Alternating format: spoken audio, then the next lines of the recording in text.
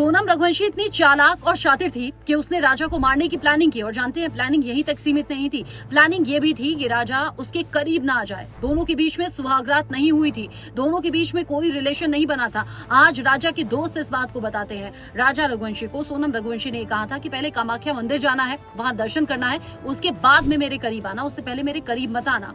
राजा ने ये बात अपने दोस्तों से डिस्कस की थी कि जो पत्नी है वो सुहागरात मनाने से मना कर रही है। इस पर दोस्तों ने भी कहा था कि भाभी जैसा कह रही हैं वैसा कर लो, क्योंकि मन्नत मांगी है अगर तो कामाख्या देवी के दर्शन करो, उसके बाद अपनी जिंदगी की शुरुआत करना।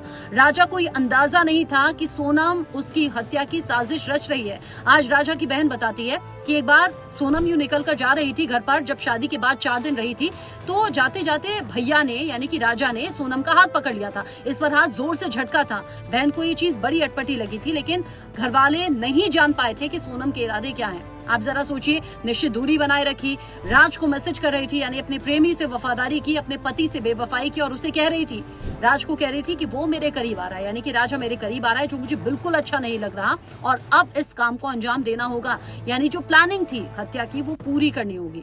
और वैसा ही हुआ भी। जानते हैं, कातिलों को सुपारी तो दी थी, लेकिन बी प्लान भी तैयार था। अगर कातिल नहीं मार पाते तो सोनम सेल्फी के बहाने उसे गहरी खाई की तरफ ले जाती और फिर धक्का दे देती। ये भी खौफनाक प्लानिंग थी। जरा सोचिए, एक औरत कितनी ज्यादा खतरनाक हो सकती है। ये सोनम और बाकी केसेस एक एक करके बता रहे हैं। लोगों का तो शादी जैसी चीज से भरोसा ही उठ गया है।